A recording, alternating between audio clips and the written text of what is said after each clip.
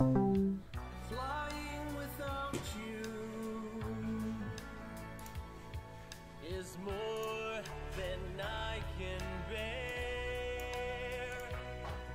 Keep looking over my shoulder,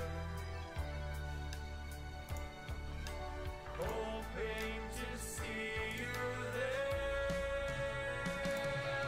Come fly with us, won't you lend a helping hand?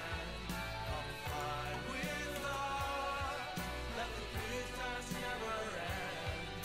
Walk in on top and fly with us, and die with us, my friend. We write our names in the skies. There is fire in our eyes. Dare to dream as we gaze upon the stars. Every mind.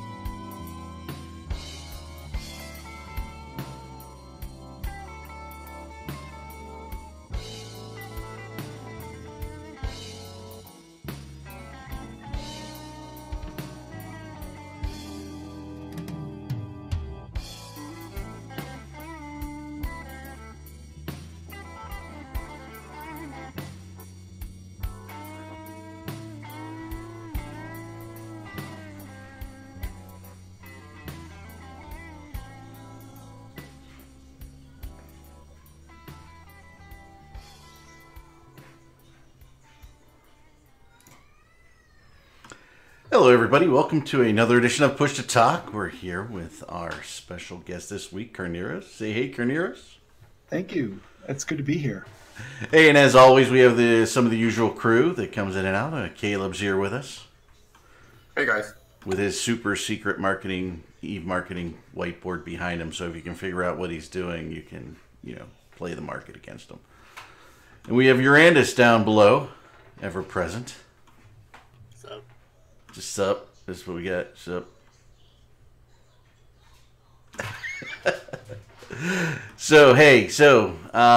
Hello to everybody out there, and we are going to talk about a couple things today. Primarily, the big thing that we're going to talk about to start with here is going to be some fun gaming news in the world of MMOs, and Carneros is here, and he's got a lot of history in them, and we're gonna share some stories and talk about some interesting stuff. Yeah, when they talked to me about coming on to do this, we were talking about the history and future of MMO games, and I started thinking about the subject, and I thought, in order to explain the context of building early MMO games, I should probably explain that we were on dial-up network. We didn't just directly connect to the internet back then, as Ethernet or something, and make these games. And if I'm going to explain that, I should explain we didn't have this or we didn't have that, or I should back up a little bit. The early days, and I should explain kind of how EA started too, and Apple, and there was Atari before that, and kind of roll back a bit because there's some context on all of it and a theme that weaves through. So I've got a bunch of material prepared to present to you, a few show and tell things. Some of them I kick myself now because I realize they're at my office, but I will show you a few cool things about the past, and then bring you about the present, and then we can talk a little bit about what's going on in the future. Every now and then you'll see some old things come back around again in a funny way. But do we want to jump right into that, or talk about Eve news first, or anything like that? I don't know. What do you want to do? I'll leave it up to Caleb to decide. Do we do Eve New Well, first? I think this proves my point, because the reason that I wanted us to do something like this is because I know that Carneros is just a database of knowledge about MMOs and Eve history and all of that stuff. So you can tell that down editing him is going to be the huge problem, right? But I do think that we should do the short Eve news stuff and a little bit of the other topics, and then we just jump straight into Carnero's story time, where he's going to take us all the way back. I don't know if he's going to take us all the way back to Muds, even though Arendis is in chat, but we can see where we start off. So let's go on and hit the MER first. Alrighty, well, let's run our new little bumper line. So we're gonna go here. Go for Eve News. it. MER. Well, I don't know if anyone noticed, but of course it looks pretty much like it's been for the last 6 months or so. It's basically a leaderboard for Delve. But I think one of the important things about this month's MER is that it also released some very, very important data that we have been asking for a long time. We are now finally getting market history all the way back to 2003-04. So anyone that wants to actually take a chance and download the 16 gigabyte file, they can now look at all the data, and they can burn their spreadsheet programs and destroy their own personal computers. You think there's any way to split that up? You would have hoped that he had done something like that, given it each file for each year. But nope, we just got one big text file, and you can have fun with it. This is basically like the JSTOR leak. It's like, have fun. Here you go, guys. So, someone will end up splitting up. They have to. That's huge. Yeah, it's the nerds that's already digging into it. They've already started complaining that it's like impossible to load all those data points. So Caleb, if you want some free merit points, all you have to do is just go in, separate everything year by year. Yeah, but I am leaving that to more ASPII types. I know that ProBag is already crunching and biting into it, and pretty much all the normal people. I know that Euronica is going to take a look at it. Adam for Eve has already started working with it and figuring out how to put it into his website. So I would say a month or two from now, you might actually have some usable data. I'd like to point out that only EVE Online could have released all their market data back to the beginning. I don't know of any other significantly old MMO that could possibly have even done that. Certainly EverQuest or EverQuest 2 couldn't possibly have gathered it all and dumped it out like that.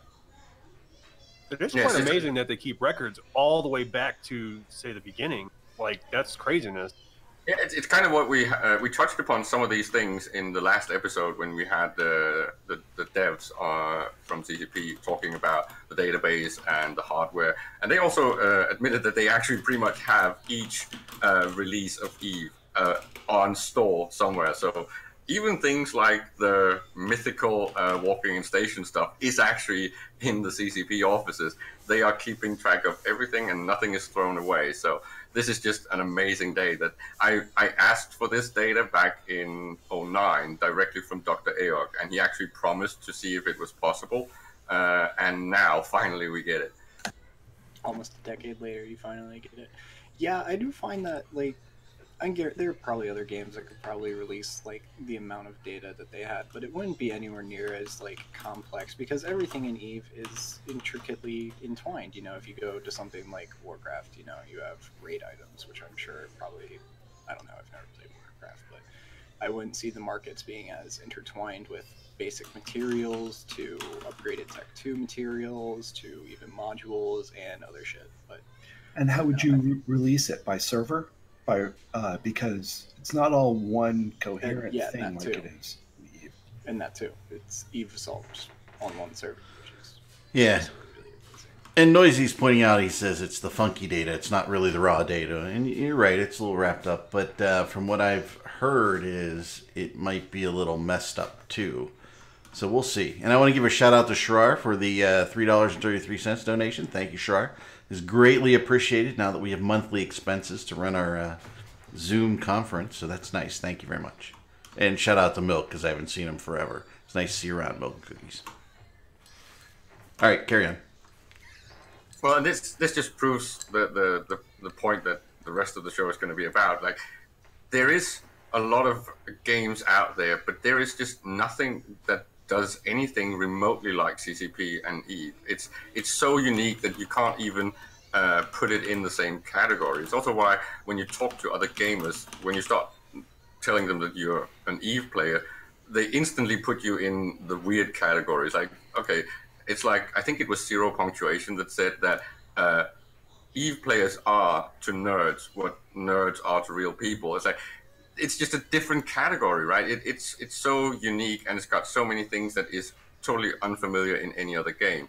And releasing this data is just another example of that. So I do think that it's going to be interesting to see what comes out of this. Also because this is the players that are going to dig into it. It's going to be the players that are creating all the content from this data set.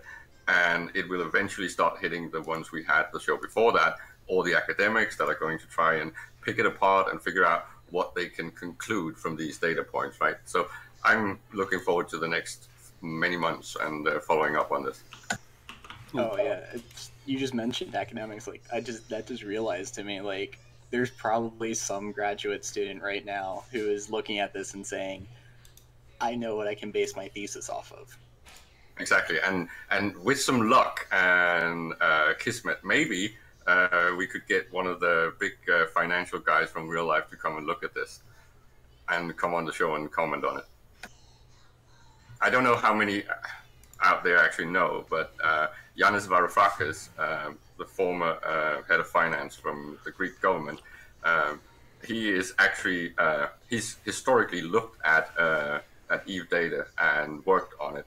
So EVE markets are a unique thing in the gaming industry.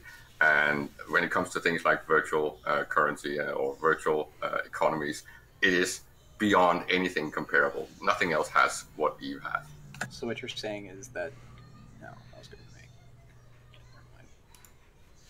Yeah, we can see if we can ping him and get him on the show a few months from now and see if he's actually looked at the data. Yeah, thank you, Duncan. That's what I was going to say.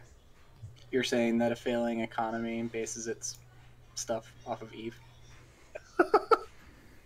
And then a little bit of an interesting fact that some of the financially inclined might want to look at is there's a huge difference between pre-2009, 2010 and post, because you came from an extreme growth market where there was new players coming into the game all the time. So you had the equivalent of population growth demographics, where you have the pyramid shape demographics, where your population is growing.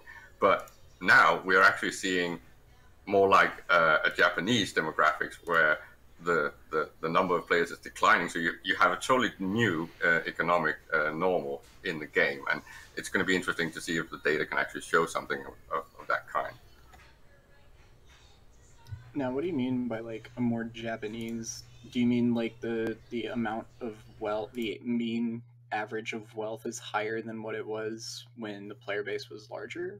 No, it's the way that your economy works when your population is growing. You can actually you can speculate on incoming money in the future. You can't do that when your population is declining, because then you're going to get less money coming in or less GDP coming in. So it's a totally different scenario. And the nation that's famous for this is the Japanese nation, because they were the first to get a dwindling population.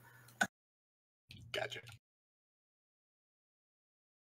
But to shift this to the guest of honor, Carneros, I think you should kick it off with the very early days. And I'd just like to start it out with one of the things that I was thinking about is the fact that way back, the two major types of games online were really the shooters, of course, and then the MMOs. But the whole MMO segment of players were usually the very hardcore role players from pen and paper, and of course also the huge fans of the adventure game series, right? So the people that came into EVE early is very different from maybe what we have today. And I think you can enlighten us about the early days on dial-ups and who was playing what and what was the first groundbreaking games.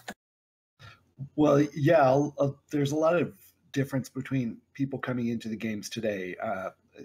People coming into the games today grew up with games. They had them from their very earliest memories. Back there was a time before electronic games, and some of us can remember when all the televisions were still black and white, and when color televisions came, and how exciting that was, and when your family got to have a color TV. And I mean, the world's changed a lot. I don't want to go back that far, though. But I do actually kind of want to go back to the Homebrew Computer Club in just south of San Francisco, California. First, it started meeting in someone's garage in a suburb of San Francisco. In those days, computers were not rare, but they were usually owned by governments, large businesses, universities, hospitals, things like that. Not very many people had a computer at home. They were rare for personal use. And a lot of the ones that were in personal use were built from kits or built without kits by people who knew what they were doing. In those days, you couldn't take a computer class in school. You took electrical engineering classes, which was the closest thing they had. And in those days, you did not have internet at home. You didn't even, you barely had dial-up at home in those days. It came a little bit later. Anyway, if you wanted, this was before World Wide Web, before Google. If you wanted to know about something, you got a book, or you went to school, you went to a library, or you called someone you knew on the phone, or you drove to their house and visited them and asked them questions. Or what formed up to make that easier were these computer clubs. And then computer user groups kind of grew out of that. And people would go to monthly meetings or weekly meetings or main monthly meetings and then a little side meeting. And they would talk to each other and learn more about computers, and games was part of that. Steve Jobs and Steve Wozniak met each other at Homebrew Computer Club. Before they started Apple together, they worked at Atari together. So they were aware of games. Games was part of it. Games was woven into the picture from an early date. Then they formed Apple, and they brought their Apple I computer prototype to a meeting of the Homebrew Computer Club. In those days, it had moved from garages and people's homes to meeting at SLAC, the Stanford Linear Accelerator facility. I can't remember what it was called. So they met in a conference in a presentation room there, and they showed it to people, and people started putting orders in. These were early days back then. Roll forward a little bit further. Apple is building Apple IIs, is starting to grow, is doing well. Steve Jobs hires a guy named Trip Hawkins to come in and be the marketing guy for the Apple IIs. Trip was a really interesting guy. He had a couple characteristics in common with Steve.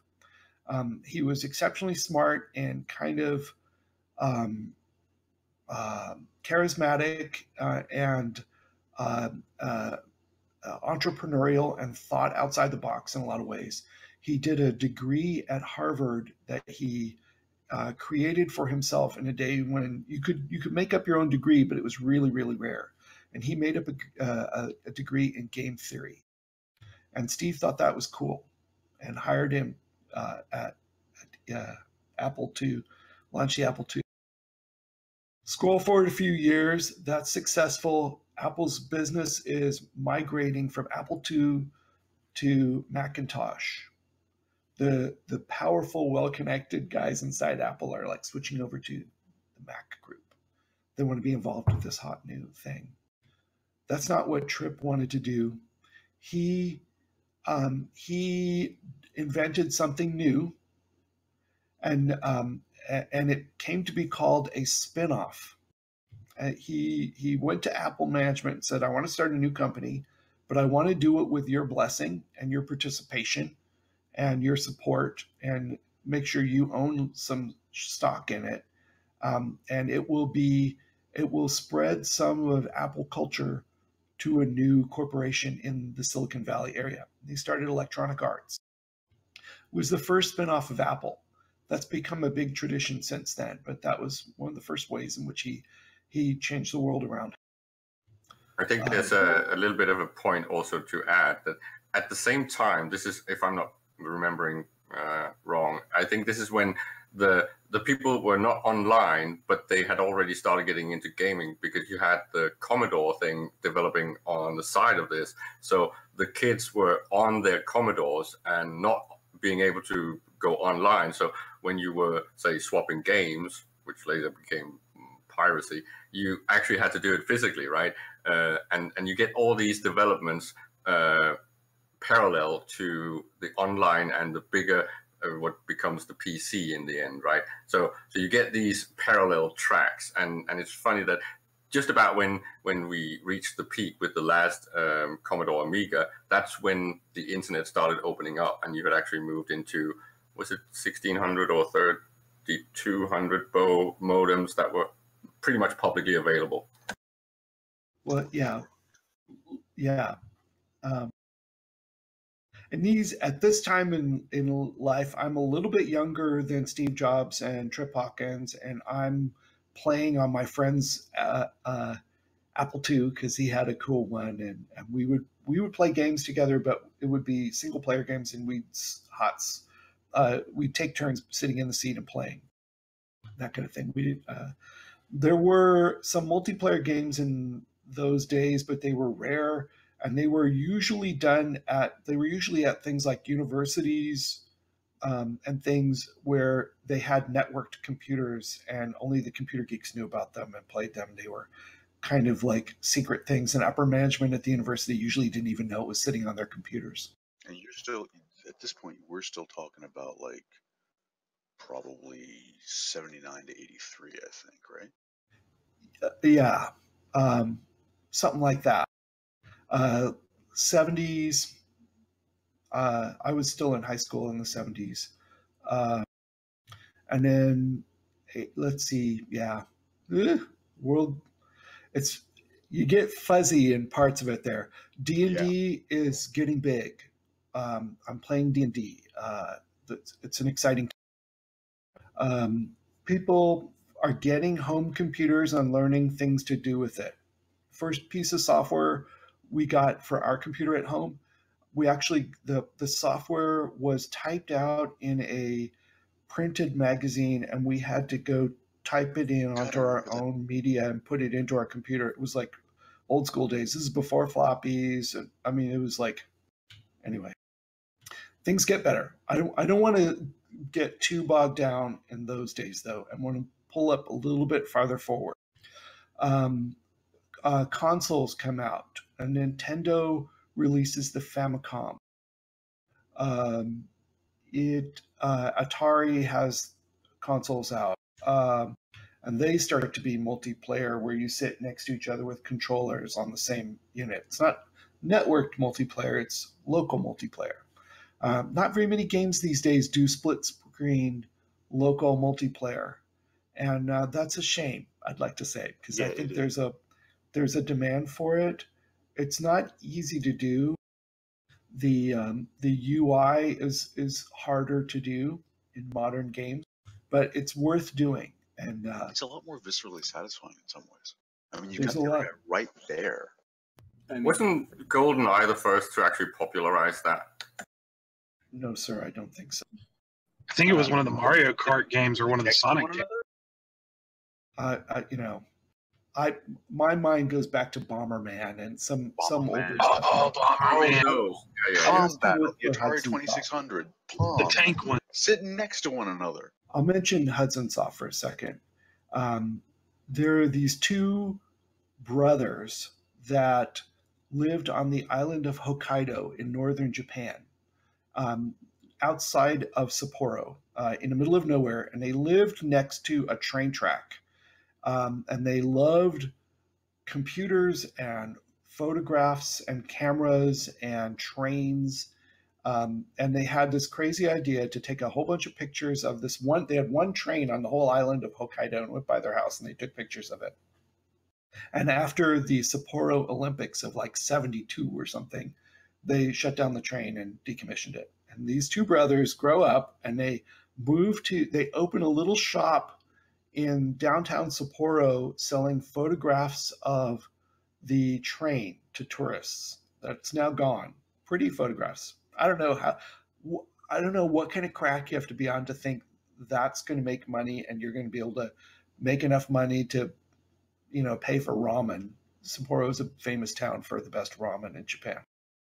Anyway, but they were on that kind of crack, and they played games, and they would, and they started, and they loved computers, and they started selling computer software in little baggies on a peg in their photograph shop next to the photographs. Anyway, and they started learning how to make things together, because little games and little things. And the Nintendo Famicom came out, and they went to Nintendo. They had the balls to go to Nintendo and say, we want to put out a game on your Famicom. We want to make a game for it. And Nintendo said, what? You went to what? They had never even thought of third-party games for their platform. They assumed we would make all the games, because who else is going to make them? These two kids worked out and they built one. I think the first one that actually shipped was called Lode Runner in English. On the Nintendo, it was the first third-party thing. And now all of them do that, of course. But these young entrepreneurs thinking outside the box is how things got done. And in America in those days, people, the Homebrew Computer Club guys, in addition to talking about clubs and user groups, were passing, floppy disks back and forth to each other, obviously mostly pirated and stuff, and telling people where to go to get things. And the local shop owners would come down there too and make presentations and tell people we're going to have this in our store next. And anyway, I was the leader of one of the largest, I was on staff at one of the largest computer user groups called, holy crap, BMUG, Berkeley Macintosh User Group. It stood for initially when it was Macs, and it was just called BMUG. And then I was the CEO of the president of the largest Next computer user group called BANG, Bay Area Next Group. And we had Steve come and present at our user groups and stuff in those days. And I was involved with community building before there were things like web or websites or online games or any of this, social networks before all that. Before Usenet was a big thing. Usenet was very popular right then. You would get news groups, and you would connect with your ISP, and you'd have to be on dial-up, and you'd have to tell them which news groups you wanted carefully, because you didn't want the whole flow, because that would keep the phone busy for hours. And people were just getting to the point where they were saying, let's put a second line into the house for our phone so that we could have the modem connected to the computer, instead of every time your mom wants to make a phone call or your sister or something that they pick it up and break your connection. And it was horrible. And then you get the first freemium model, right, with the internet and tele companies doing flat rates, just a little bit later than that. But it comes around eventually that you can actually get flat rate on your internet. Well, there's a couple things going on. First, you're doing dial-up internet in those days. And as games get a little bit farther and they start to make the first online games that are not just, you have to be local on the network at the university to play it, but you could actually pay to play it in some way. those couldn't just be run over the internet in those days, because the internet had regulations and rules, and one of them was nothing purely commercial. So what they would do is they would make those games and run them over CompuServe or America Online or Genie, if you remember Genie. Ugh. These are really old names that touch weird parts of your brain for old people. The Prodigy. No. I'm glad he Prodigy, said brain. yes. Prodigy. Oh my god. MechWarrior. So those and because you had to do it like that, they would charge you by the hour, and you would run up massive bills sometimes, and you would just shake after you open them. You realize that you just spent hundreds of dollars that month, and you owned it to the phone company, and otherwise you were. Anyways, hard to talk about it. Oh, I've got a better one for you than that, Garner. Go ahead, Eric. Imagine being 10 years younger and dreading when the phone bill came every month because your dad was gonna go nuts. Oh, I can top that one because my dad actually did go nuts and he cut my cable to my computer because it was a crazy phone bill. And, and the really funny part was that, as you guys all remember, you did the connecting of the phone to your modem, and then you had the outlet from the modem out to your actual phone, and he cut the wrong line, so I was kind of laughing at him when he was raging at me. Well, not only that, in the U.S., you had all the different phone exchanges, right? So you had long distance, you had like inter-exchange costs, so you had all kinds of weird phone bill things going on too. It was great when you had an ISP, an internet service provider, that had local phone numbers in your area, so you didn't have to also pay a long distance or toll services. Yeah. Yeah, it was also why the Americans had a head start, because you were the first to actually have free local, where that actually became a benefit because no one else in the world had anything remotely like flat rate. So I remember the Americans being way ahead when it comes to things like this. They were the ones running all the popular bulletin board systems and all of that. They were points on the first Fido mail and all these things. It was America first. All right, let me skip ahead a little bit. Oh, sorry, go ahead. Yeah, I was going to say, I'm a bit younger than the rest of y'all. I remember 10-year-old me trying to impersonate my dad on the phone with the phone company, trying to sign us up for internet. Nice. They asked me for a credit card or something, and I just made something up. I just remember my dad opening the phone bill. There's a letter saying someone was impersonating you on the phone, and they weren't sure who it was. Dear Lord. All right. So, if you're trying to make this a competition about who's younger on this show, I suggest you stop now. Hey. Okay. So Electronic Arts, mind you, they start up and they're making consumer software for home computer enthusiasts, basically. And people, he's just sold all these Apple IIs in. Macs are just starting to come in, and he's thinking, I'll make software for these guys. And he's making stuff, and most of it's productivity at first. An art tool was popular and various things, and they start making games also. And then eventually EA focuses entirely on just games.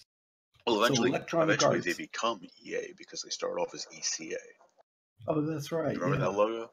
And yeah. For anybody who's only dealt with like the later years of EA, early EA was an amazing Yes. producer of content. I mean, just Adventure Construction Set, Archon. You're talking literally some of the best, most groundbreaking games ever came out of these guys. Pinball Construction Set. Yeah. Yeah. And just like some days I look back on that and I go, if you guys could see what you became, you'd strangle yourself. What happened to all that? There were some pretty badass games back then. Yep. You either die as a hero or you live long enough to see yourself become the villain. All right, Batman. Fucking dumb. Bat EA. And then in those days, at that a little bit farther than the Nintendo and the Genesis are the Nintendo and the Sega Master System maybe are still the leaders. It's not quite to Super Nintendo and Genesis yet. I'm trying to remember exactly. And EA is trying to build games for them, and they're not. They're negotiating, and they're not giving them a good price. And EA's engineers find a way to crack the security so that they can build a game to release on the system whether they want to approve it or not. And the law is not caught up yet with whether or not they're allowed to actually release software for someone else's proprietary console. You remember this, Horrendous? And they used the crack as they never actually shipped software based on the crack, but they demonstrated it for first party and used it for leverage to negotiate a better rate. And they said, if you don't give us a better rate, we're going to release it without you, and you're not going to get any royalties from our games. And it was and so they're building at that level and doing some stuff and making a lot of money and growing. And that's about when Trip Hawkins says, this is not fair that these people control this. We need a shared console that everyone controls, that all the game industry that doesn't compete with the game producers, that's a fair level playing field. So he invents the 3DO idea and starts a 3DO company as a spin-off of EA, which was a spin-off of Apple. So 3DO was sort of the first console that was going to be that the console producer wasn't going to make games, and anybody could do it, and it was a $3 license fee to put a game out, and blah blah blah. Very cool. It was 32-bit. It was a little nicer than what Super Nintendo and Genesis had. So I go to interview at 3DO in its early days, and they're still in an office at Electronic Arts. They hadn't yet moved out on their own, and it was super cool, and I loved it. And I'm in those days I'm a computer journalist. I'm writing for computer magazines and running user groups, and I have no involvement with games yet, except I like to play them. And 3DO hired me in 1993 to come in, partly because of basically because of my user group experience. And that was a lot of fun. I was industry relations and developer relations and marketing in those days. And I helped launch the console in 93. 3DO, by the way, was the first company to ever go public on the NASDAQ stock exchange without a single dollar of revenue ever booked to the company in May of 93.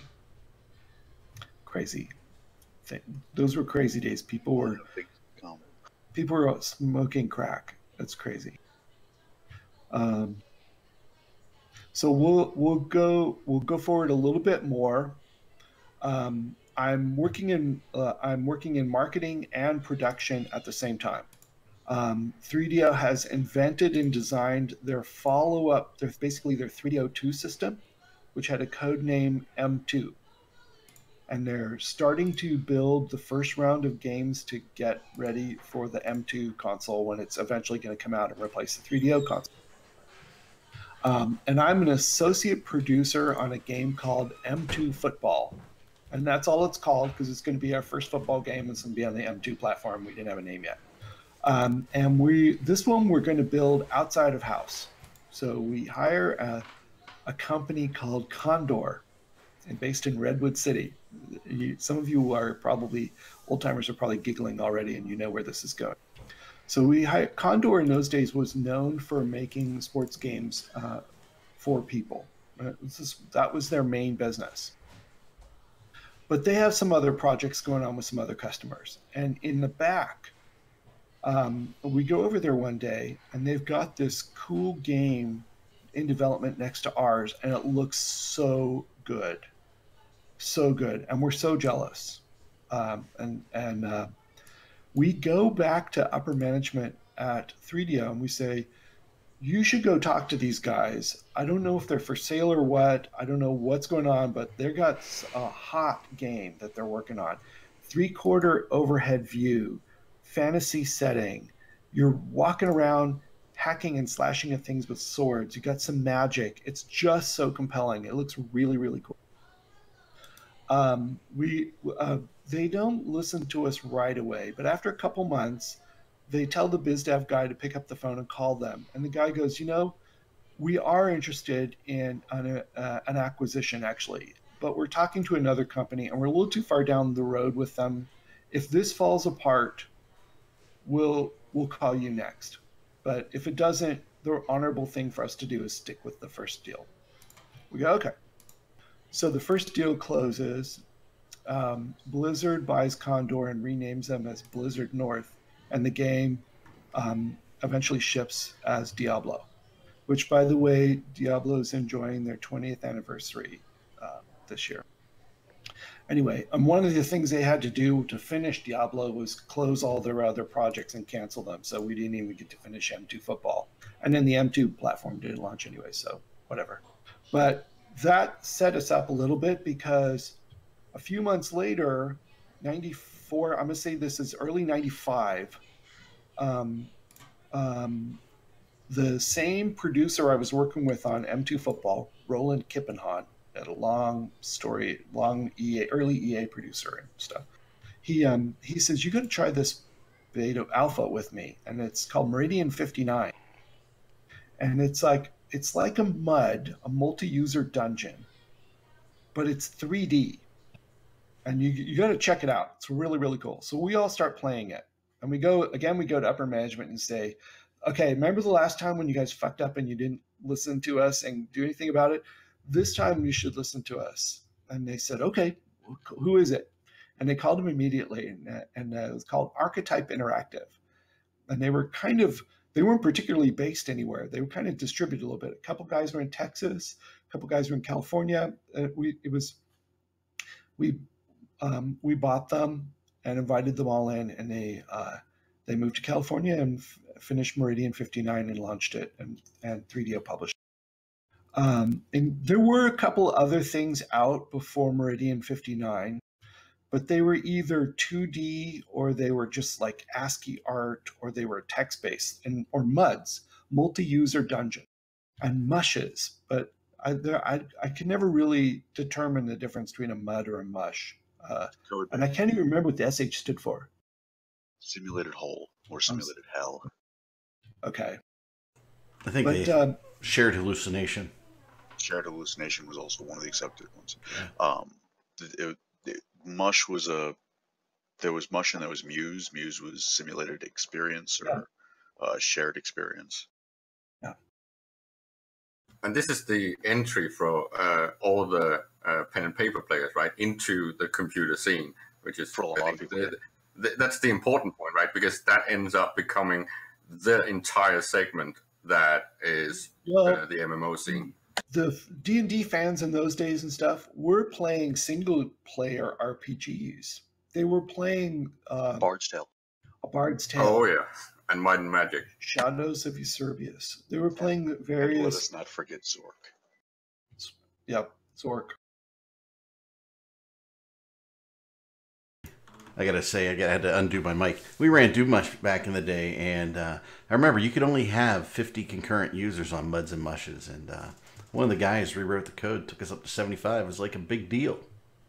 I think it's interesting to mention that when we were not online yet, I think the majority of nerds would be playing things like adventure games and RPGs on their respective consoles, whether that was the Amiga or you get the Japanese RPGs coming out on some of the early consoles.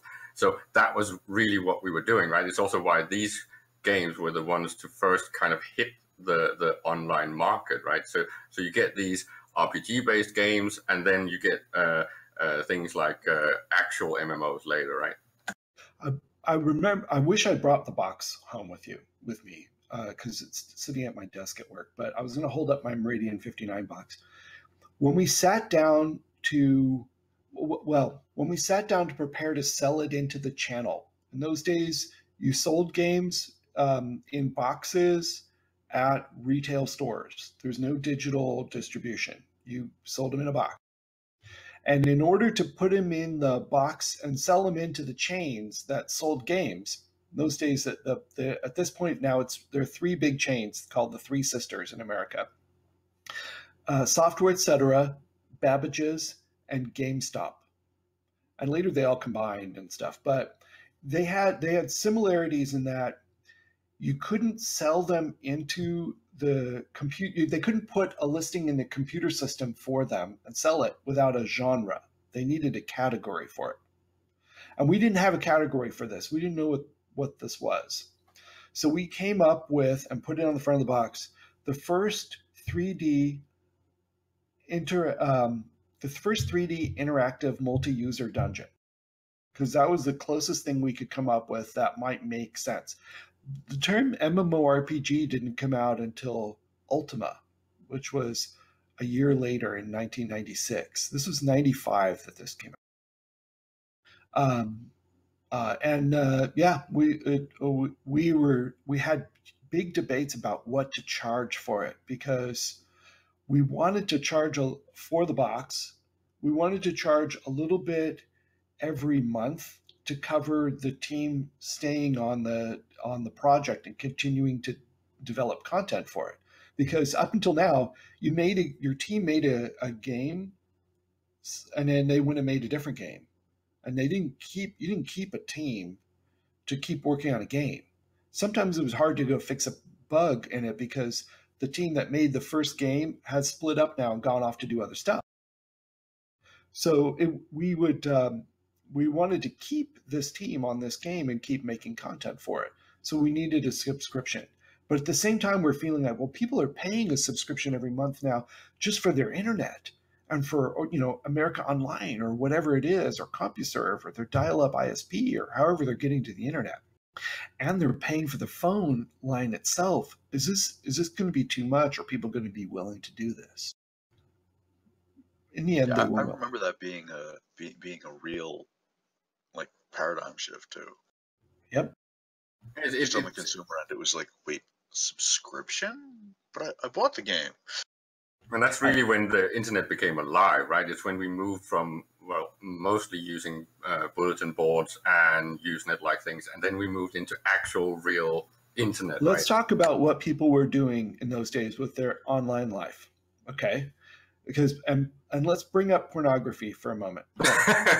You're going because loading speeds on modems. Porn was different back then. There were no digital cameras. You couldn't just take a picture of a naked person and put it on the internet. Hair was a little longer too. Are you going to go with ASCII porn? Hang on, and there was no sites you could go to watch movies. No, what the big place you got porn was paper printed magazines sold at a nearby store that or sold through a subscription through the mail that came in a brown wrapper, so you couldn't tell that was porn, but the mailman knew, by the way, and knew you were a pervert.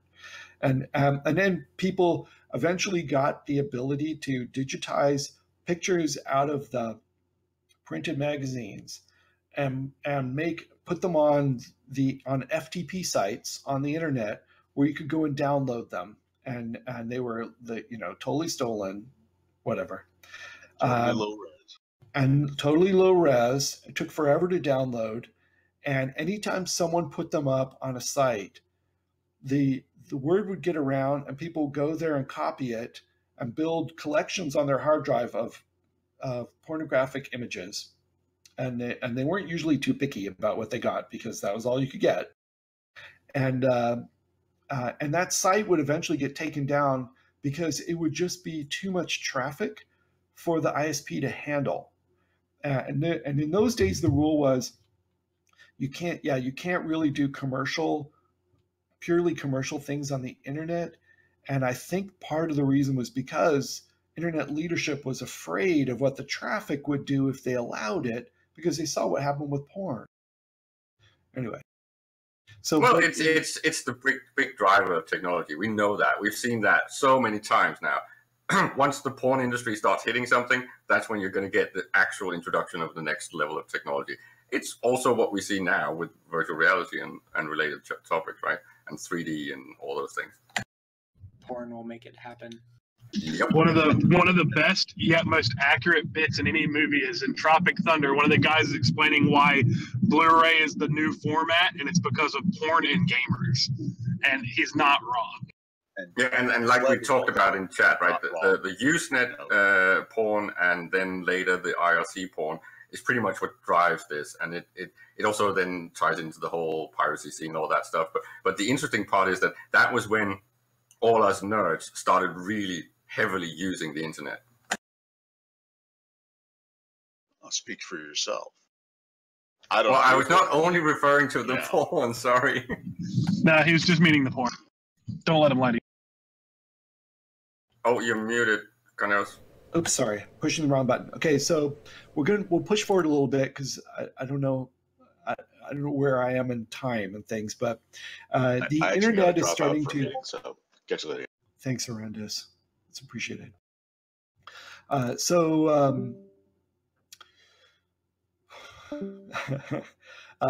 The World Wide Web is starting to become popular now. It's people are making websites. There are things that you can go and look at. People stop using Usenet and start going to websites for what they're seeing. They start to be able to buy things on the internet, but what you would do is you'd see a listing and then you'd have to like mail a check to the person and they would mail the item back to you. It was crazy in those days. And we get the first crawlers, right? The first actual crawlers, search engines. That would go through and crawl it and make a search engine. And search engines helped a lot. And then when 3DO has a kind of collapses and has a big layoff and lets go half the company for the first time. It's a big layoff. And I get laid off. And one of my friends does too. And he goes to a new startup, which becomes PayPal. And that ended up doing really well for him. And,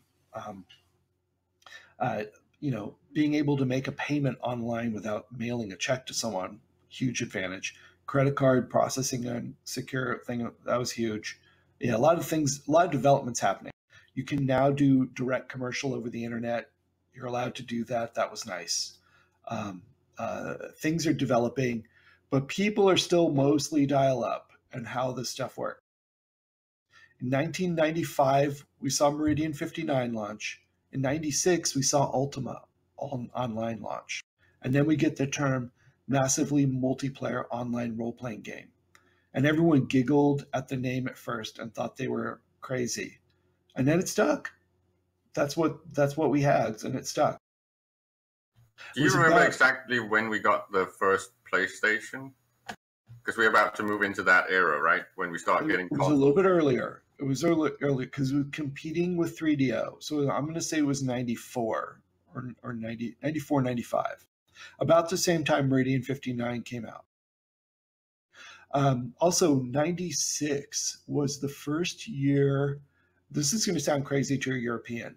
It was the first time in my life I took a week off of work to play an MMO, to just stay home and play an MMO, because that's what I really wanted to do with my vacation. I played Meridian 59. Had a max level character. Loved it. I might have cheated a little bit.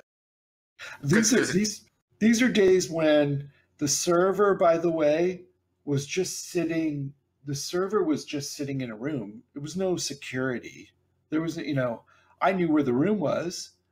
They showed me how to restart it because I lived fairly near the office, and on weekends, when it crashed, I would be one of the people playing, and I'd get in the car and drive over and restart the machine and get it going and come back home. It's crazy days. Later, we put like a lock on the door and then like a handprint reader thingy, and it got all James Bond. But and then it moved to a special facility and with air conditioning and security, and then it went to off-site, and things got serious later. I think what I remember from that day era was that games were getting really good, especially on the consoles, and then it was the early days of PC Master Race, and we were gaming like crazy and swapping games and all of those things. But what then happens, which is just around the corner, is that then the online gaming kicks off. And then even though it might not have been that good, it just drew us in there. And we didn't stop playing games on the consoles or on our new PCs, but we were so much more into trying to find the online gaming community and start creating and building our communities. And we got heavy into things like proper IRC channel usage and all that. and then you're in what 96, 97, and then you get Ultima Online, right? 96 Ultima Online comes out, and it raised the popular. It was a big step. It wasn't a hugely big step up from Radiant 59, but it had a lot more content and a little bit more fidelity, and it just raised the profile a lot of it. It really started to put the genre on the map, so to speak, and it named it, so that helped too. And it was like the dream game for all the former mentioned pen and paper and MUD players, right? This was the game that they had been waiting for.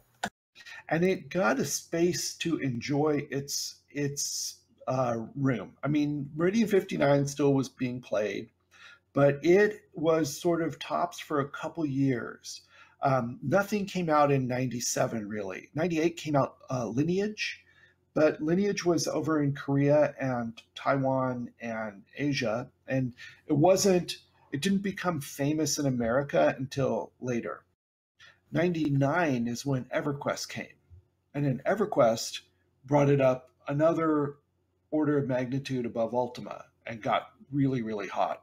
And you need to cover the difference, right? Because this is kind of where we're going to go later when we are planning on getting Slayer to come on and talk about Death of Games and the whole MMO thing. But we have this difference between a PvP-centric game like Ultima Online and then EverQuest that is basically the first not PvP MMO, right? So you have these two genres already finding their feet. Yeah, they were in development, partly overlapping, and they had different philosophies entirely, and not they didn't. EverQuest was PVE, and it was a little bit more. I don't know. Think about Dungeons and Dragons, where the dungeon master puts a challenge and creates something and puts it in front of the players to go and try. Their version, the EQ team's version of trying to simulate that in a game, was their version of quests, and then they put bigger challenges in and put in raids. The first, a lot of things were pioneered in EverQuest. Raiding, camping, training, where you training a mob, a monster is to get aggro on it and then run through to another area to drag that monster with you to go cause problems somewhere else. Toot toot. Yeah, at that that time, was the first usage of that, right? Where you even got later, you got an emote for that whole phenomenon of train pulling, where it was. And again, that's why I wanted to bring it up, because these things, you start getting the culture of online gaming developing. You would call it griefing, right? Because things like training is a little bit a griefing method, because you were sometimes abusing it. And again, you get the same things in Ultima Online, where the way that people are behaving is pretty much what becomes the EVE experience, right? You didn't have PvP in EverQuest, so you can't just run up and hit them like you could in Meridian 59 or Ultima. What you had to do is you had to train an evil monster over to them who could hit them, and then try to get them to, change their mind and attack their juicy friend right here. Anyway, also that came out in around that time. Was Asheron's Call, a little after EverQuest, and then came RuneScape, and then the first science fiction one, Anarchy Online, and that was famous because their whole launch was a train wreck. It was famously train wrecked. The damn thing did not work for like a month, and people were complaining, and it was on the press, and for the first time, you didn't have to, it wasn't like you'd read about this stuff in a printed magazine 3 months later. Now you could read about it online and very quickly. They just had to publish a website and people could all bitch about how poorly this game worked. They got it working later, but it was a really, really rough launch. launch, and people talked about how bad that launch was for years. You want to cover the kind of the development of the first communities a little bit, because it's also interesting to see how you get this things that we take for granted now, like guilds or things like that, and it's you got them in Ultimate Online already, where people would start grouping and creating small communities. And I think some of the first groups also had their own websites, things like that, right? Well, not websites for a while, but not immediately, but not too long after. I remember in Meridian 59, a group of people came up to me and said, "Can you keep a secret? Do you want to hear about something, but it commits you to keeping a secret about it?" Okay. Yes. Do you want to be a vampire? You can be a vampire in this game. I helped make this game. What do you mean? I didn't say that part out loud, but because I wasn't telling them I was dev. And yeah, you can be a vampire. And they took me late at night to this one like cathedral in it, and we had a like a role played fake ceremony in there, and they made me into a vampire, and it was all pretend and RP, and I'm like, what? And it was like, yeah, they were crazy. People would do groups like that, and then they would all RP from then on that they were vampires. So the Mittani would have loved it. Yeah, and now you're hitting the area.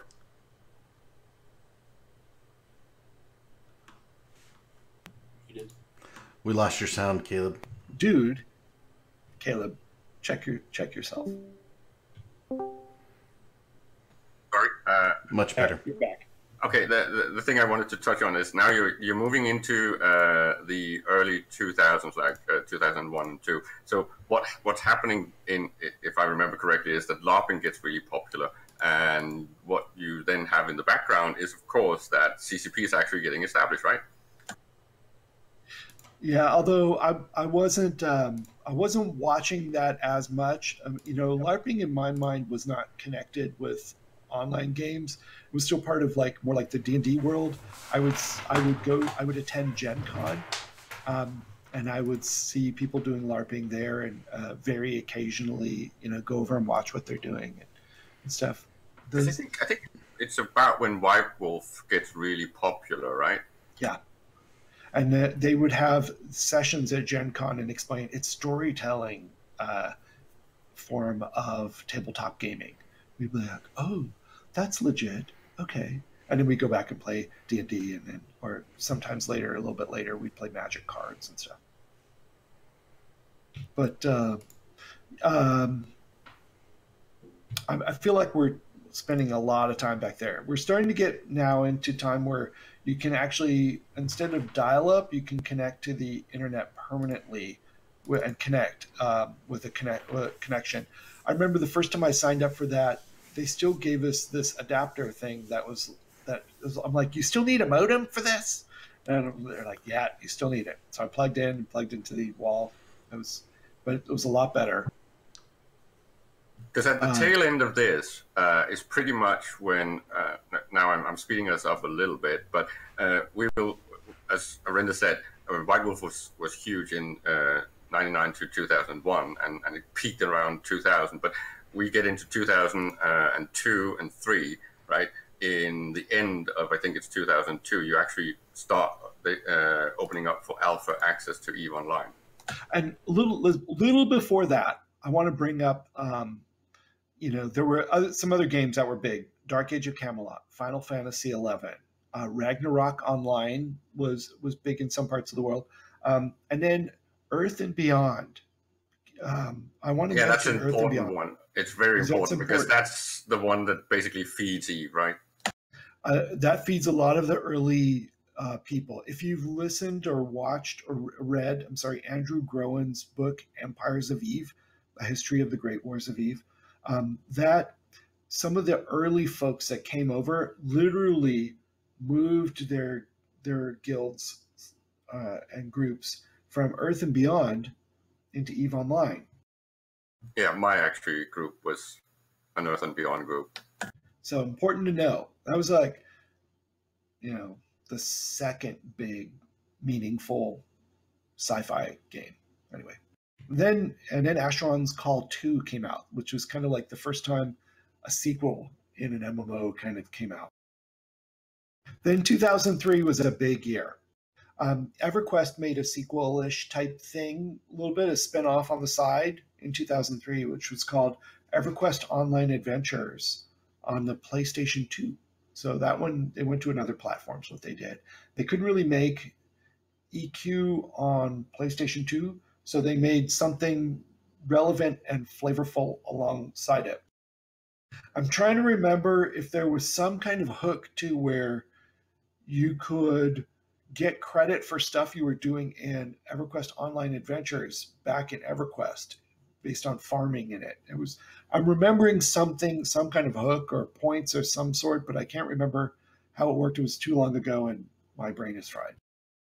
By the way, next week, the 16th, I believe, is the 19th anniversary of the launch of EverQuest. It's still going.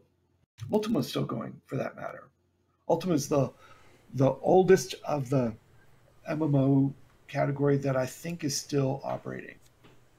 Yeah. And EverQuest is doing well. It's making money. Wow, that's amazing. I remember when Asheron's Call shut down, right? Yeah, for those of you who don't know, my job title is senior producer, EverQuest franchise, and I work on the EverQuest games at Daybreak Game Company. I did not know that Daybreak owned that. That's pretty cool. Yeah. And in the past, I worked at CCP, I worked at Hudson Soft, I worked at Infogram and 3DO. Actually, I worked at IDOS. A few years later, 2008, I launched a game called Age of Conan. Let's see. Maybe you remember it from the picture. Age of Conan. Did really well initially, and then subscriptions didn't hold up too well. Oh, if you're going to show that, I'm going to have to one-up you with the first edition of Eve. I think I couldn't grab my EQ box, but I grabbed the EQ2 box. I don't know where anything is right now. Age of Conan probably Here's a would have tricky done one. better if, Here's a you know, well, they had I don't want to adopted go forward a more too modern much yet. standard of dong sliders. Thank you. So 2003, EverQuest Online Adventures, Shadowbane, Maple Story, EVE Online, Toontown Online, Second Life, Star Wars Galaxies, Lineage 2. A lot of It's big an names. explosion, right? In like 1 or 2 years, you just get all of it coming out. Yep, exactly. And in 2004, the next year, City of Heroes, EverQuest 2, World of Warcraft. Boom. It's a lot. So 2003, 2004 was really the big explosion. Those were a good time to be alive. It's a bad time to be going through college. I don't know how people... I mean, if they had had this crap when I was in college, I would have been so screwed. I don't know. Yeah, indeed.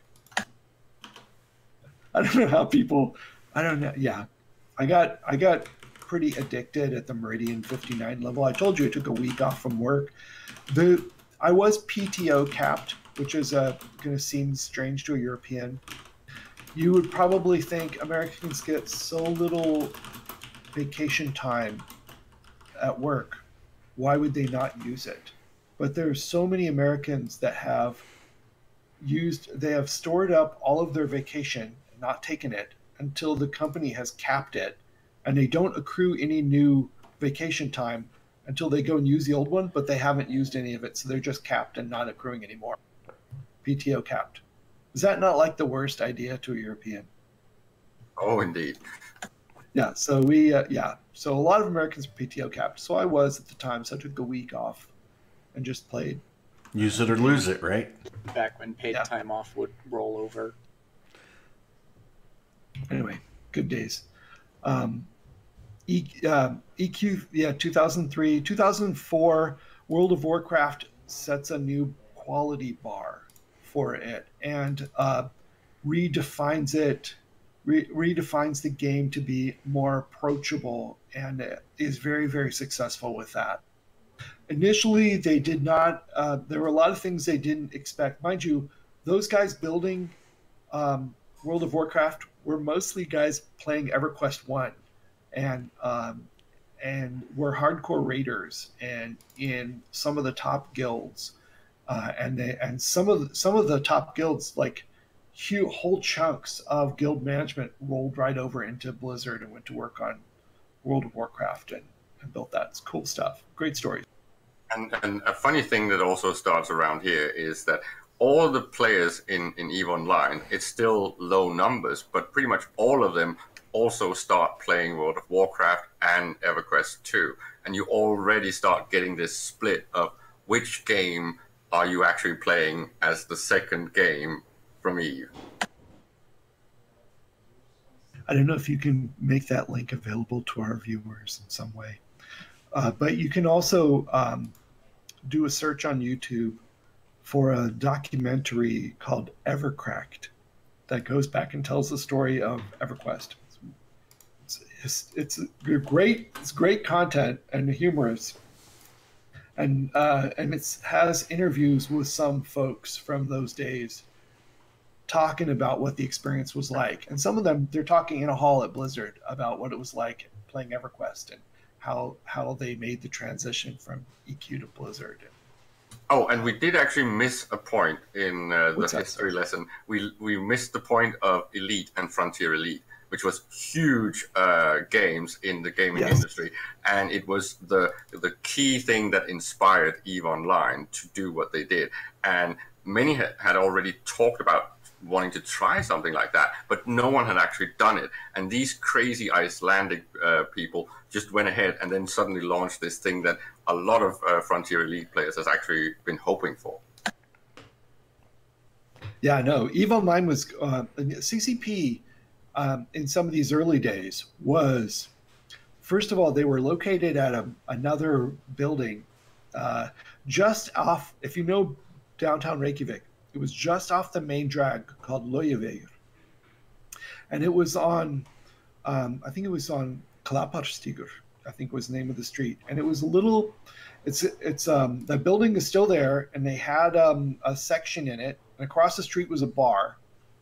And in those days, they had keys to the bar for if they had to go over early and have like a meeting or a little time, and, outside of bar hours to just sit down and kibitz a little bit think about what they're doing. The guys worked really long hours. They were young. They were, they just fell asleep under their desk if they had to, but they just worked really hard to make this happen. It was a labor of love. It did not, I don't think they expected it to blow up like it did. Young, hungry, and a little bit crazy, right? Hungry and crazy, and occasionally drunk. Of course. A lot drunk. Oh, and on the topic of drunk, it's the same time that the first EVE events and EVE meets actually starts out. You get the first EVE London, you get the first Copenhagen Gankathon, and then eventually you get the first FanFest. And we lost your sound again, Caleb. I thought he stopped. I thought he kept talking. Maybe, I don't know. No, I stopped. Okay. You know what? I was looking in the wrong window. I'm looking in the post feed, so you were still talking. Sorry about that, guys. Okay, I'll scroll forward a little bit more. One of the games I worked on at let's see, we'll do a little test here. We'll see who knows the connection between these two games that I worked on.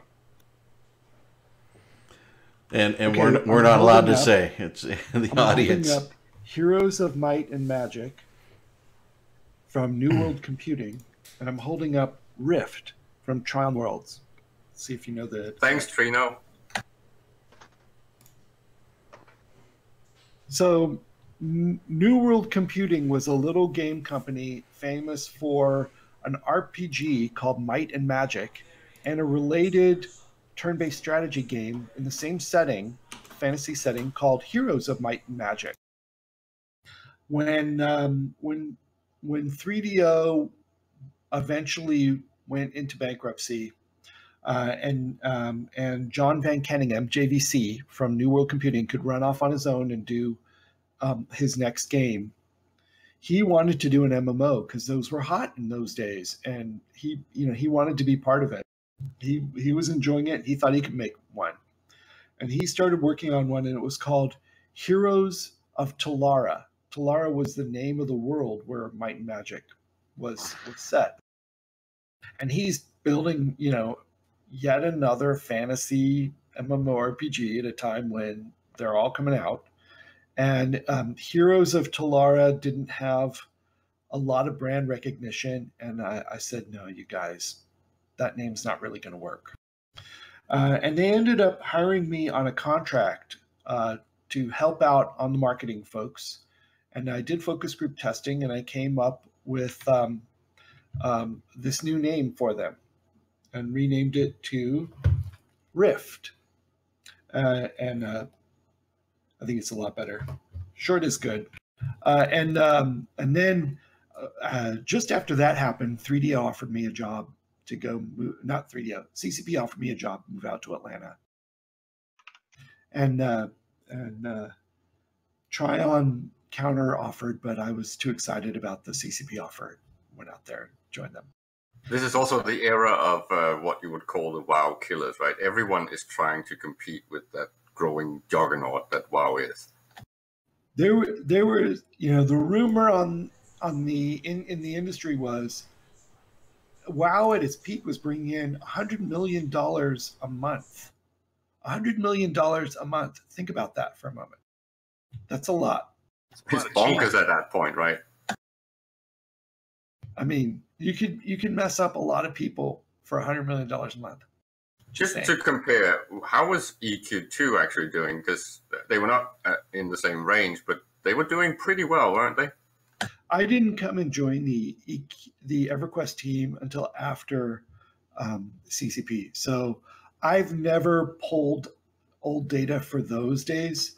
I mean, there's some stories we tell internally about when we hit 100,000 concurrent users in EverQuest and how everything broke. And how our minds got blown and people got all crazy. And that was when you had to actually look down on the ground when you were moving around in EQ. There were a lot of things that weren't working because they weren't designed to work at that scale. No one on that team understood that scale. And that was the shock, right? The whole migration of online players that was just going nuts. And no one had expected World of Warcraft was freaking out when it got too successful too, because they were trying to make everything work and trying to spin up new servers, and people would wait in a queue to get on, and they'd wait for hours on popular days to get in, and then the experience was not good. And God forbid you should do something in game that made everyone go to the same location, because then you crash your server. And I suspect that a lot of that was actually also what was feeding EVE Online so much in the early days. The fact that you had this massive population that was moving into all these titles that Carneros is mentioning. And when they started getting a little bit disgruntled, or they've reached end level or whatever, they started then trickling into EVE Online, and they became the early players. And I think we've also hit the point where Falcon gets hired by CCP. I don't remember when Falcon joined. Because he was a player before that, and then after him came Soundwave. Just to do a bit of name dropping of the devs, because of course in the pre warm up of the show you mentioned some of the early devs like Richard Nathanson over and Torfi Franz, and a lot of the names that we've now lost, but. It's the early days of EVE, and where things are really building and becoming what it is today. And it's when Mitani started playing. Those were good. I wasn't in EVE at that time. That's when I was launching Age of Conan. That's when I was working on some non-MMO games also. But then, we'll skip forward. I joined CCP. Just as Dominion is shipping. My first day on the job, my first meeting I went to was a post-mortem on the launch of Dominion, and what did we learn? and that was a very interesting meeting. So I worked on Tyrannus, if you know the names of these old expansions, EVE Online Tyrannus, and then Incursion, and then Incarna. Oh, and then, shots fired. I know. And then Crucible. Yeah, it was the big 4 ones, right? expansions. It was the ambitious one. All the big ambitious patches were the ones you just mentioned. And I had, by the time we got to Incarna, I had 3 roles. I was my official title was Senior Director Global Sales. I was in charge of selling the product in and things like Plex and electronic time codes and that kind of stuff. And my in-game name, my dev name was CCP Zinfandel. But in addition to that, CCP Darth Beta had gone on maternity leave, and they needed someone to cover for marketing for EVE Online. So they said, could you move to Iceland for like 3 to 6 months? And it ended up being like 15 months, but it was good. It was a good experience.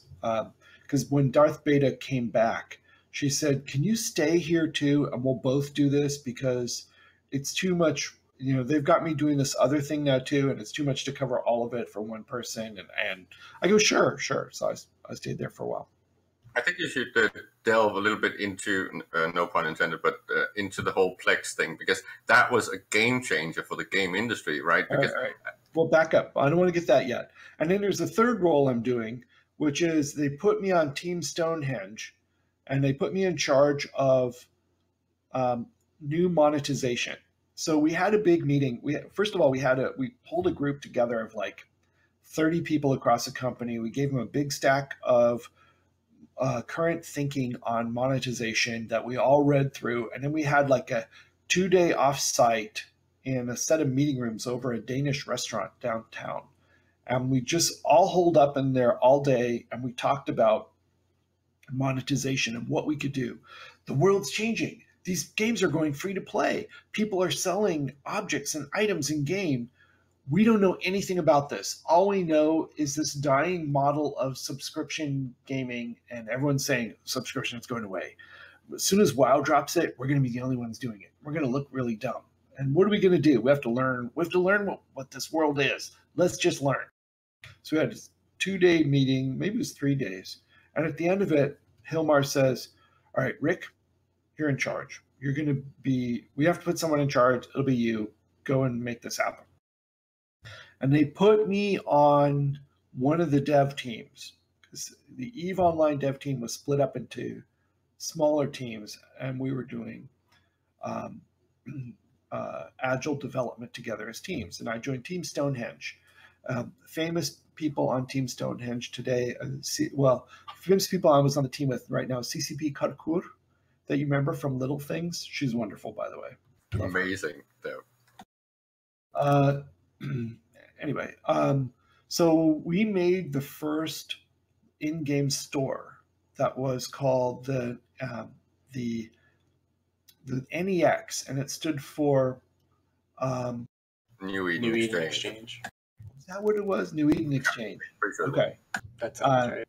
Yeah, and we sold ship skins and not a lot else. A little bit of clothing in it, anyway. So I had 3 roles in those days. I was trying to do all kinds of stuff in it. We'll skip how Incarna launched. That's been talked about a lot. Plex. But it was interesting that you had that experience. You were exactly at the spot when all of these things, so much novelty in the gaming industry in general, and then that big Summer of Rage event. So you had a ton of first-hand experience with all these things. That's why I wanted you. Yeah. It's kind of why I wanted you to touch a little bit about the novelty of Plex, because that was a novel solution to an industry problem, and it took a long time before anyone else started using it. Well, we were conscious. I wasn't there for the invention of Plex. I took over Plex as part of my responsibility afterwards, and we modified it from there. We added larger Plex packages because people weren't just buying 5 of them. We went all the way up to we looked at our credit card processing agreements with our credit card processors, and the maximum transaction size we were allowed to do in our contracts was 500 euros or $500. So we made a 24 pack. I think it was 24 pack. Yeah, just under the limit, right? Or 26 pack or something. That was the biggest size chunk we could do that was still likely, even with currencies going up and down, to stay underneath the transaction limit. And I think, if I'm not mistaken, this ties into financial law, actually, that it had to do with international transaction size that would need to get flagged. That wasn't part of our discussion, but it might have been true also. Then we it was the credit card things. They were not allowed to do bigger transactions than that, and there was a few rules that they were following. And this has been raised for the following years, which is kind of funny. Then we, and at the same time, we're talking about World of Warcraft. I'm having meetings on World of Warcraft too, because I'm not World of Warcraft, sorry, World of Darkness, completely different. World of Darkness is still in development. I'm participating in some of that. We had an equivalent to Plex, but separate, completely separate system. I'm not sure what I'm allowed to say, but we had a different metaphor for what we were going to do. Instead of pilot license extensions, we had a completely different metaphor, but it worked very similarly. Was it how much Cthulhu your brain could handle, essentially? No, it was actually, it was cooler than that. It was pretty cool. We had in addition to being able to buy them, there was a way in which they could spawn in limited quantity in game. And I borrowed that idea, mind you, because after I left CCP, the first place I actually went was 38 Studios. And I worked on Kingdoms of Amalur. And that, in that one, I designed a Plex follow-up that was sort of partly based on World of Warcraft's rare spawning herb in the vanilla WoW called the Black Lotus. Or was it the Black Lotus? It was Black Lotus. Yeah, you needed them to do the high-end rating flasks, and that was a big deal. People need Black Lotuses. And then, and it was partly based on Plex and partly based on the thing from World of Darkness. So they could spawn rarely in the world around you as an herb, and you could pick them, or you could buy them in the store, and you could consume them for a month of game time. And it was built the same thing. We didn't get it all the way built, but we designed the same thing for Kingdoms of Amalur. Then when 38 Studios went under, I went to Sony, and the first thing I did at Sony Online Entertainment was I made Chrono, which is their version of Plex. We put it into EverQuest and EverQuest 2, and you could move back, and the Chrono could go back and forth between the two games. It's the only one on the market that would work in multiple games.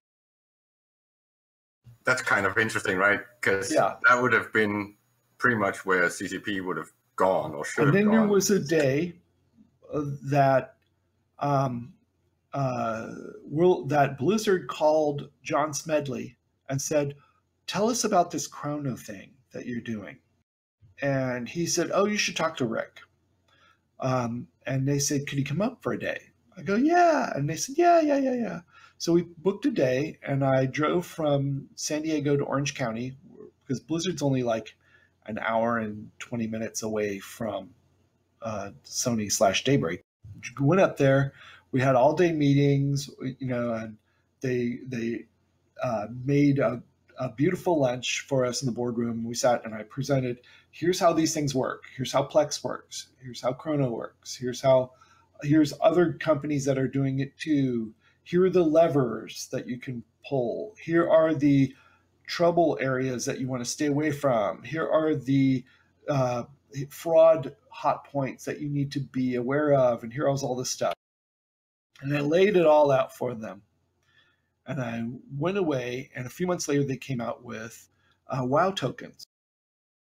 And then the next BlizzCon that I went to, they bought me drinks at the bar at the Hilton to say thank you, and Thank you for all my help. Oh, on and the WoW token. and if I'm not mistaken, all of the examples of copying the Plex concept, none of them have taken the player tradability with it in the same way. It's not these tokens are not linked into the economy directly in the same way that the Plex they are in the EverQuest franchise. They are, and here's one of the ways in which that emerged. After Chrono came out, whenever we would launch a new start over from scratch retro server and say, okay, here's a new time-locked expansion server. We're going to start at vanilla, and we're going to unlock each expansion slowly over time. And you can play the original experience like you remember it. And in those days, when they first got to raiding, because the economy wasn't developed enough and there wasn't enough currency yet farmed in the economy, the first raid drops were worth too much compared to all of the gold and platinum available in the game on that server. And that server was locked off from all the rest of EverQuest or EverQuest 2. So what they did was they bought Chrono, and they made Chrono be the currency with which they would trade to negotiate for who got a valuable raid drop. So and that's how, yeah, I copy Eric. So that's how, it became, just like, imagine if there wasn't enough wealth in EVE to handle Moloch BPCs, and you had to trade Plex to get a Moloch. And then, interestingly enough, you also worked on the virtual assets store in EQ, right? Because you then kind of took, again, some of the experience. How do you know that? Well, I think it's something you mentioned on a Talking in Stations episode once. Okay. We want to How do you know that? Are you watching me? No, it's because we've had some discussions about the failures of CCP when it comes to actually creating a good monetization model on things like virtual products and also on real products. They've started and relaunched it, twice now? Started and relaunched what? The physical merchandise store and that whole thing. Oh, no. That's... you're talking about something different. Okay, sorry. Oh, but I'm seeing them as tied, right? Because you get them almost at the same time when they're trying to move into those things, at least from CCP's side. You get the merchandise first version about the same time as the next store. Don't trick me, Caleb. That's not fair. No, but the thing is that we've been waiting for good merchandise, and we've gotten these things like Toffee France's Big Dreams, which is also amazing stuff, and I would love to buy it, but it's always outside of my price range. Yeah, no, the store is modernizing now, and it's a good sign. I like to see that they're doing that, and they're not just sitting on the old one that I built. They're updating it and improving it, and updating the product offerings, and that's very smart. It's good. They need to. Yeah, and the reason that I wanted to ask you about the thing in EQ2 is because they've basically done what a lot of EVE players have been asking for a long time, things like licensing and how to bring in the player base into your virtual assets.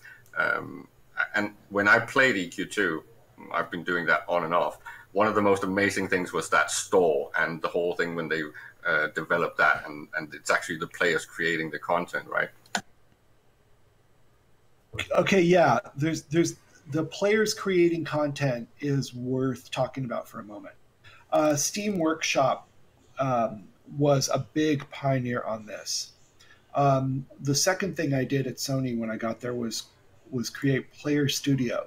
So what players could do is they could design an item in game, design the art for it, upload that art to our servers.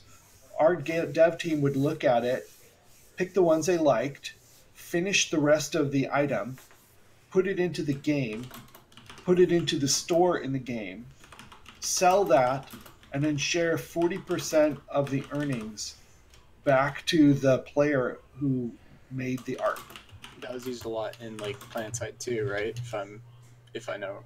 We put it in PlanetSide 2, EverQuest, EverQuest 2, Free Realms, which is gone now, Rest in peace. and we put it in